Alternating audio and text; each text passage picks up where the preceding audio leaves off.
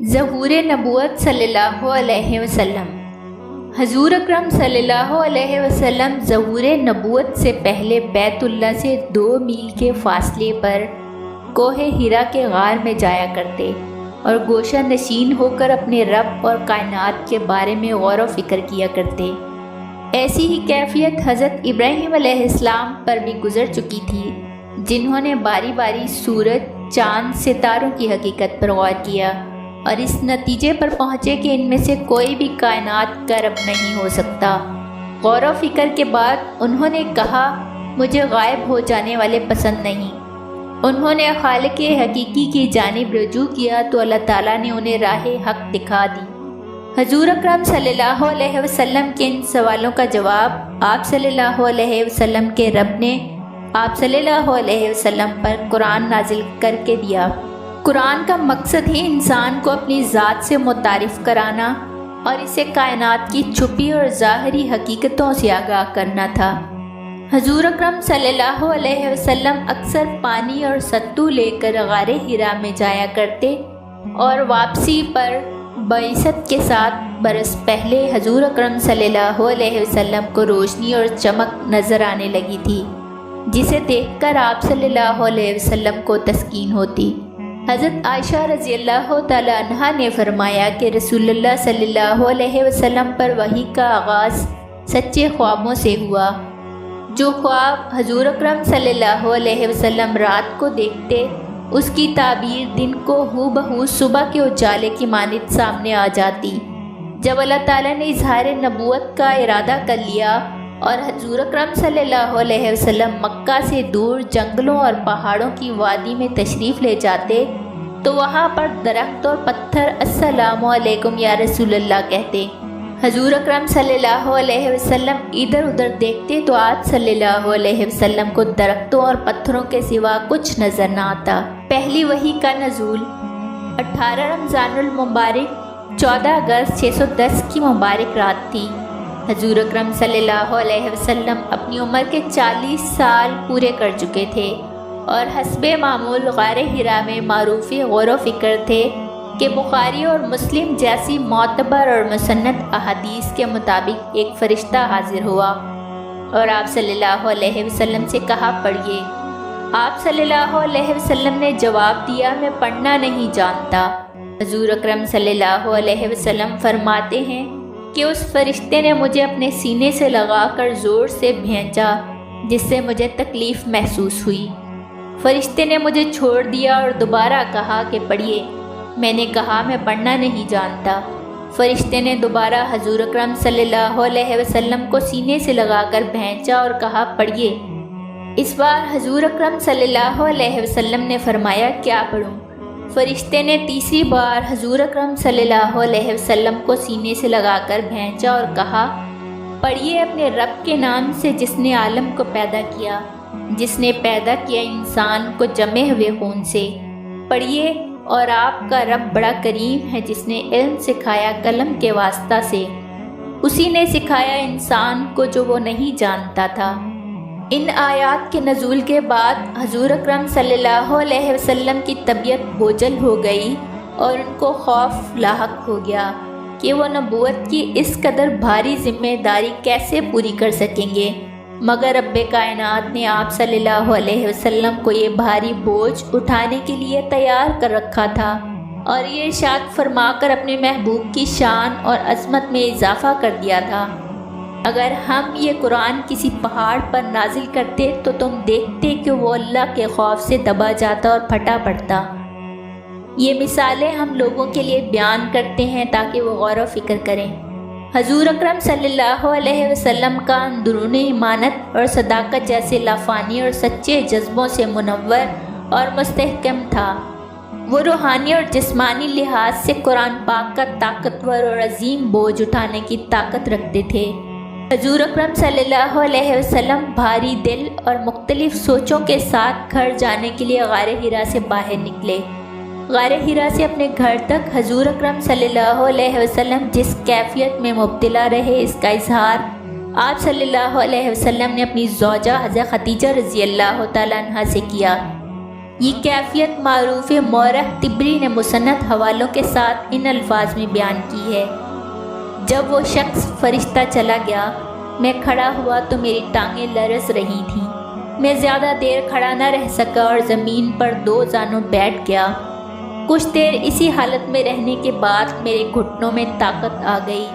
میں کھڑا ہونے کے قابل ہوا تو غار سے باہر آیا اور گھر کی طرف چل دیا، لیکن ابھی میرے کندھوں پر لرزہ طاری تھا۔ میں ابھی پہاڑ کے ٹیلے کی آدھی راہ بھی نہ طے کر سکا تھا کہ میرے کانوں میں آواز آئی: اے محمد صلی اللہ علیہ وسلم، آپ اللہ کے رسول صلی اللہ علیہ وسلم ہیں اور میں جبرائیل علیہ السلام ہوں۔ یہ آواز آسمان سے آ رہی تھی۔ میں نے اوپر دیکھا تو ایک شخص جس کے رخسار انسانوں جیسے تھے آسمان کی وسطوں میں کھڑا تھا۔ اس نے دوبارہ کہا: اے محمد، آپ صلی اللہ علیہ وسلم اللہ کے رسول ہیں اور میں جبرائیل علیہ السلام ہوں۔ میں جس سمت نگاہ ڈالتا اس شخص کو کھڑا پاتا، حتیٰ کہ وہ غائب ہو گئے۔ حضور اکرم صلی اللہ علیہ وسلم گھر پہنچے اور حضرت خدیجہ رضی اللہ تعالیٰ عنہا سے کہا: مجھے کمبل اڑا دو، مجھے کمبل اڑا دو، مجھے ڈر لگ رہا ہے۔ حضرت خدیجہ رضی اللہ تعالیٰ عنہا نے آپ صلی اللہ علیہ وسلم پر کمبل اڑا دیا اور دلاسا دیتے ہوئے کہا: خدا کی قسم، اللہ تعالیٰ کبھی آپ صلی اللہ علیہ وسلم کو بے آبرو نہیں کرے گا۔ آپ صلی اللہ علیہ وسلم قریبی رشتہ داروں کے ساتھ صلح رحمی کرتے ہیں، کمزوروں اور ناتوانوں کا بوجھ اٹھاتے ہیں، جو مفلس اور نادار ہو اس کو اپنی نیک کمائی سے حصہ دیتے ہیں، مہمان نوازی کرتے ہیں۔ حق کی وجہ سے کسی پر کوئی مصیبت آ جائے تو آپ صلی اللہ علیہ وسلم اس کی مدد کرتے ہیں اور دست گیری فرماتے ہیں۔ آزمائش کے دوران حضور اکرم صلی اللہ علیہ وسلم کے پاس سب سے بڑا آسرا معاملات اور حقوق العباد کا ہی تھا، جو رب کی نظر میں بہت پسندیدہ تھا۔ حضرت خدیجہ رضی اللہ تعالیٰ عنہا کے چچا زاد بھائی ورقہ بن نوفل نے عیسائیت قبول کر لی تھی اور مذہبی علوم کے ماہر جانے جاتے تھے۔ حضرت خدیجہ رضی اللہ تعالیٰ عنہا حضور اکرم صلی اللہ علیہ وسلم کو ان کے پاس لے گئیں۔ ورقہ بن نوفل نے واقعے کی تفصیل سن کر کہا: یہ تو وہی ناموس ہے، خاص پیغام جس کو اللہ تعالیٰ نے حضرت موسیٰ علیہ السلام پر اتارا تھا۔ اے کاش میں اس وقت زندہ ہوتا جب آپ صلی اللہ علیہ وسلم کی قوم آپ صلی اللہ علیہ وسلم کو مکہ سے نکالے گی۔ حضور اکرم صلی اللہ علیہ وسلم نے پوچھا: کیا وہ مجھے یہاں سے نکال دیں گے؟ ورقہ نے کہا: جی ہاں، جو شخص بھی اس قسم کی دعوت لے کر آیا جو آپ صلی اللہ علیہ وسلم لے کر آئے ہیں، لوگوں نے اس سے دشمنی کی۔ اگر مجھے آپ صلی اللہ علیہ وسلم کا وہ دن دیکھنا نصیب ہوا تو میں آپ صلی اللہ علیہ وسلم کی پرزور مدد کروں گا۔ اس تجربے کے بعد کچھ عرصے کے لیے جبرائیل علیہ السلام حضور اکرم صلی اللہ علیہ وسلم کو دکھائی نہ دیے۔ اس میں کیا حکمت تھی؟ سیرت نگاروں نے اپنے تجزیے پیش کیے ہیں۔ یہ وقفہ حضور اکرم صلی اللہ علیہ وسلم کو غور و فکر کرنے اور جسمانی و ذہنی بوجھ سے باہر نکلنے کے لیے دیا گیا۔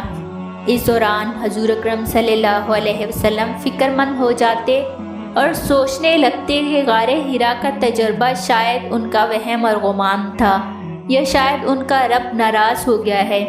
صحیح بخاری میں ایک روایت کے مطابق وحی بند ہو گئی، جس سے رسول اللہ صلی اللہ علیہ وسلم اس قدر غمگین ہوئے کہ کئی بار بے قراری کے عالم میں بلند و بالا پہاڑ کی چوٹیوں پر تشریف لے گئے، لیکن جب کسی پہاڑ کی چوٹی پر پہنچتے تو حضرت جبرائیل علیہ السلام نمودار ہوتے اور فرماتے: اے محمد، آپ صلی اللہ علیہ وسلم اللہ کے رسول برحق ہیں، اور اس وجہ سے آپ صلی اللہ علیہ وسلم کا اضطراب تھم جاتا اور قرار آ جاتا۔ ایک روز آپ صلی اللہ علیہ وسلم سوچوں میں مگن کوہ حرا کی جانب چلے جا رہے تھے کہ آسمان کی طرف سے آواز آئی: آپ صلی اللہ علیہ وسلم نے اور اپنے رب کی بڑائی کا اعلان کیجیے، اپنا لباس پاک رکھیے اور گندگی سے دور رہیے، احسان کسی فائدہ کی خاطر نہ کیجیے اور اپنے رب کے لیے صبر کیجیے۔ قرآن پاک کی یہ آیت انسان کے لیے ایک بنیادی اور اہم پیغام ہے، جس میں رب کی عظمت، صفائی اور پرخلوص احسان اور صبر کرنے کی دعوت دی گئی ہے۔ انسان اگر اس پہلی وحی پر ہی عمل کر سکیں تو ان کی دنیا اور آخرت دونوں سنور سکتے ہیں۔ رب نے انسانوں کو اللہ کی عظمت کے اقرار اور عمل صالحہ کا حکم دیا۔ اللہ تعالیٰ نے باور کروا دیا کہ تبلیغ دین کی راہ میں سخت مشکلات پیش آئیں گی اور لالچ بھی دیا جائے گا، لہٰذا صبر اور استقامت کی تلقین کی۔ قرآن پاک میں اللہ تعالیٰ نے حضور اکرم صلی اللہ علیہ وسلم کے ابتدائی حالات کے بارے میں فرمایا، کیا اس نے تم کو یتیم نہیں پایا اور پھر ٹھکانہ فراہم کیا اور تمہیں ناواقف راہ پر پایا، اور پھر ہدایت بخشی اور تمہیں نادار پایا، اور پھر مالدار کر دیا۔ لہٰذا یتیم پر سختی نہ کرو اور سائل کو نہ جھڑکو اور اپنے رب کی نعمت کا اظہار کرو۔ حضور اکرم صلی اللہ علیہ وسلم یتیم بھی تھے، مگر اللہ تعالیٰ ان کی پرورش کے اسباب پیدا کرتا رہا۔ دادا اور چاچا آپ صلی اللہ علیہ وسلم کی سرپرستی کرتے رہے، اگرچہ وہ مالی طور پر کمزور تھے۔ حضرت خدیجہ رضی اللہ تعالیٰ عنہ جیسی مالدار خاتون سے شادی ہوئی تو آپ صلی اللہ علیہ وسلم تجارت کی دیکھ بھال کر کے آسودہ ہوئے۔ اللہ تعالیٰ نے چاہا کہ حضور اکرم صلی اللہ علیہ وسلم اپنے رب کا شکر بھی ادا کریں اور اس کے دین کی تبلیغ بھی کریں۔ حضرت خدیجہ رضی اللہ تعالیٰ عنہ نے سب سے پہلے حضور اکرم صلی اللہ علیہ وسلم کی رسالت کی گواہی دی۔ نزول وحی کے بعد پہلا حکم نماز ادا کرنے کا جاری ہوا۔